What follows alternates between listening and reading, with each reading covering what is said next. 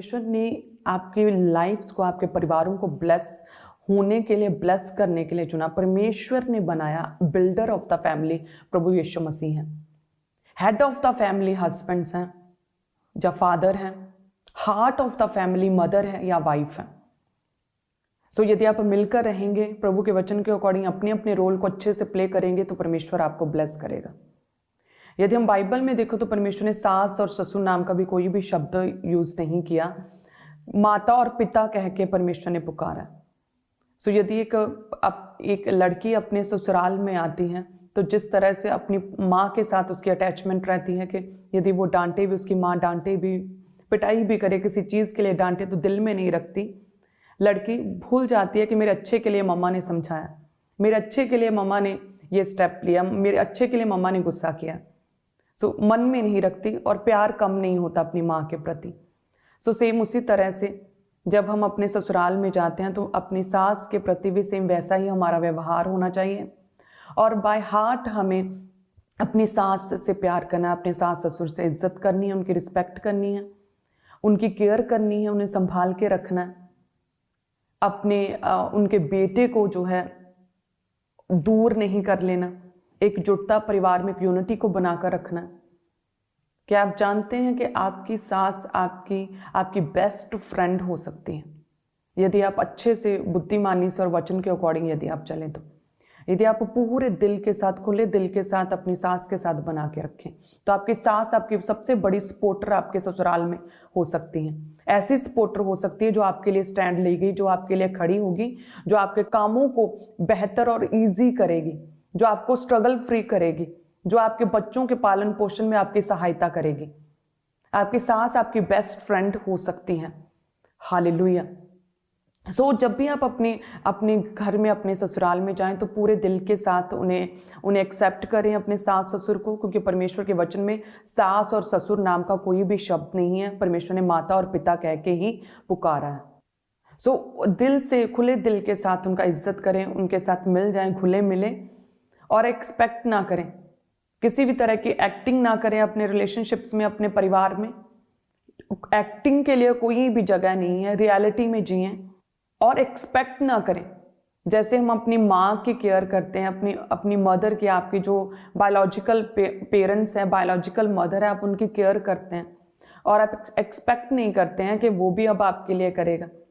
बस आप by heart, आप दिल से बस अपने माता पिता के लिए कुछ अच्छा करना चाहते हैं। सो सेम उसी तरह से जब आप अपने ससुराल में जाएं तो अपने सास और ससुर से कुछ भी एक्सपेक्ट ना करें। ऐसा नहीं कि मैंने अभी एक सब्जी बनाई तो अभी शाम को सास बनाएगी, मैंने एक गिफ्ट दिया तो मेरी सास अब उससे भी बड़ा गिफ्ट देती है या नहीं, देखते हैं, चेक करते हैं कि क्या कहती है।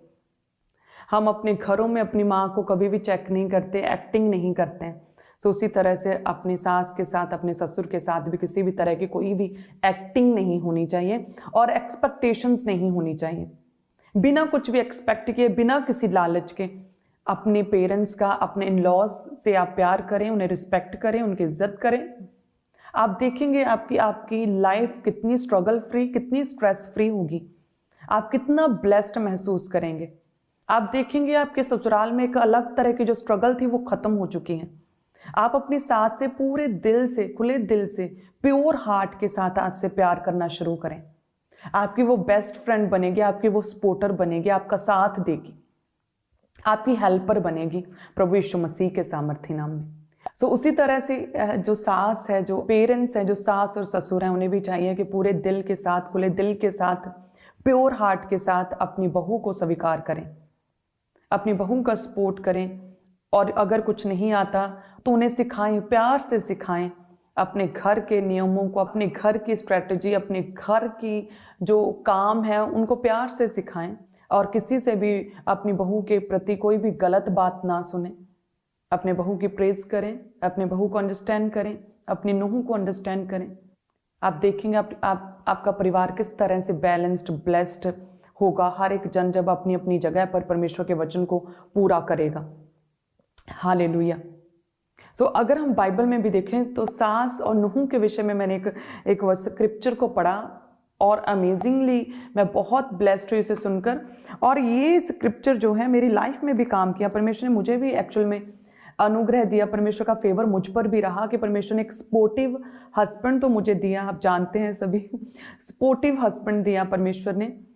और साथ में परमेश्वर ने मेरी सास जो है उससे भी परमेश्वर ने ऐसा खुदा ने बनाया है कि वो मेरी बेस्ट फ्रेंड है, मेरी सबसे बड़ी सपोर्टर है, मेरी सबसे बड़ी हेल्पर है।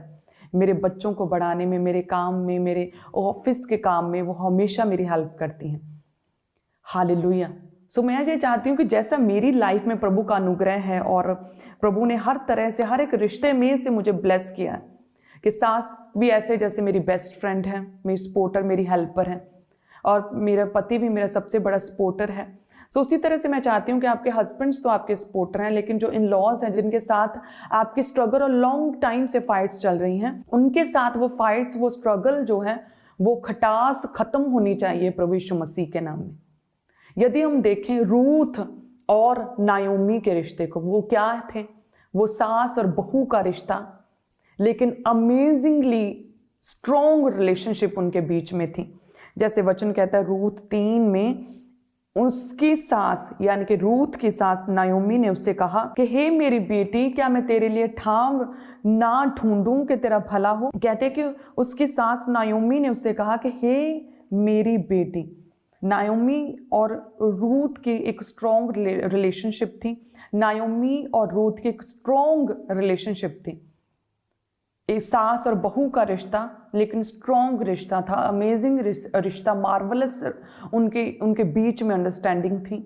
और परमेश्वर ने उनकी लाइफ में फिर कार्य भी किया, उनके रिश्तों, उनके कामों को परमेश्वर ने सफल किया और ब्लेस किया परमेश्वर ने।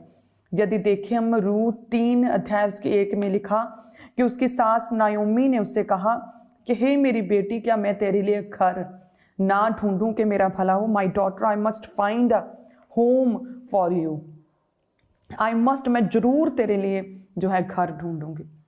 वचन में लिखा कि रूथ कहते कि मैं तुझे नहीं छोड़ूंगी, मैं तुझे नहीं त्यागूंगी, जहां तू जाए वहां मैं जाऊंगी, जहां तू टिके वहां